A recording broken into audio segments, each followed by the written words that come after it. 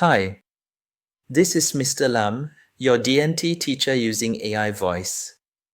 In this video, you will learn how to do research and use the Kaizen technique to innovate using SCAMPER for product design. Remember to like and subscribe to my channel for new videos on design. You can also forward the link to your friends. Today's lesson marks an important milestone and checkpoint in your D&T journey. After 14 weeks of learning this new subject, you have now completed or are almost completing your wooden stand. Well done. For those who have not completed, don't worry.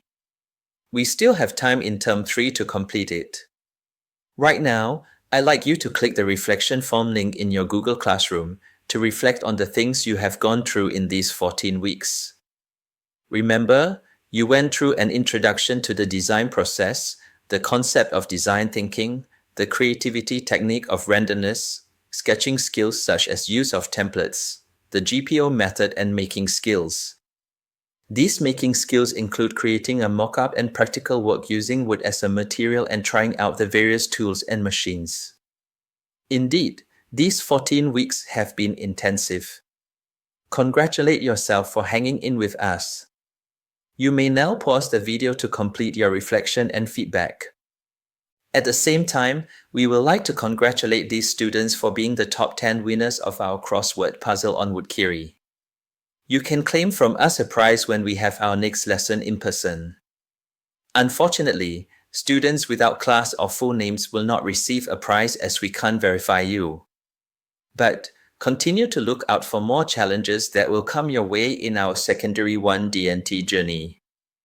Now, let's start to ideate on the clock body design. We are going to introduce to you another method for creativity. It is to research and see what others have done. This means that we are going online to Google Images or shopping and searching for clock designs that already have been made. The idea is that you are learners and not inventors. There is no need to come up with a totally original idea, as clocks have already been invented and the types of clock have already been well redesigned. So it is okay to take reference. In order to help you find something interesting, you can add adjectives such as creative, interesting, unusual to refine your search. You can also take your research to other directions such as using search phrases like clock designs that look like animals or cartoons. This is an example of using a search phrase. Remember to scroll through to the second, third, or further pages to find those that are really interesting. After you have found 3 clock designs, save the images into your PLD.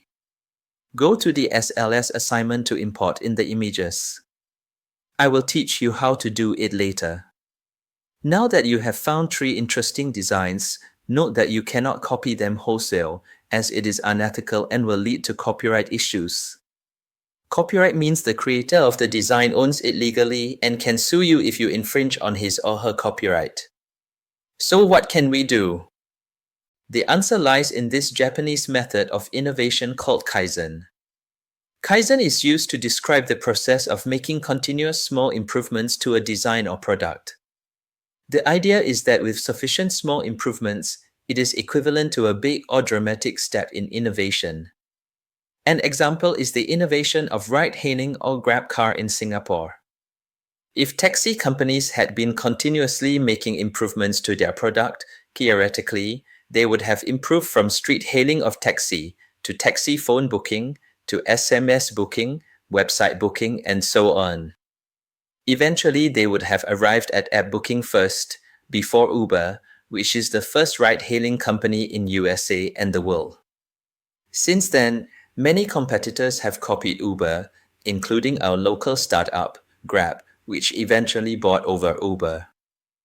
How then do we do Kaizen for product design? We can use this technique called SCAMPER. Watch this YouTube video which explains what SCAMPER is. You can find a link in the description below. As explained in the video, SCAMPER is an acronym for these actions to make changes.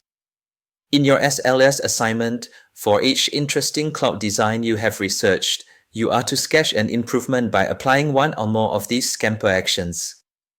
Sketch them in the Sketchbook app, screen capture them, and upload the screen captures. These are examples of how SCAMPER can be used to make changes to a toothbrush design. I am now going to show you how to submit your SLS assignment.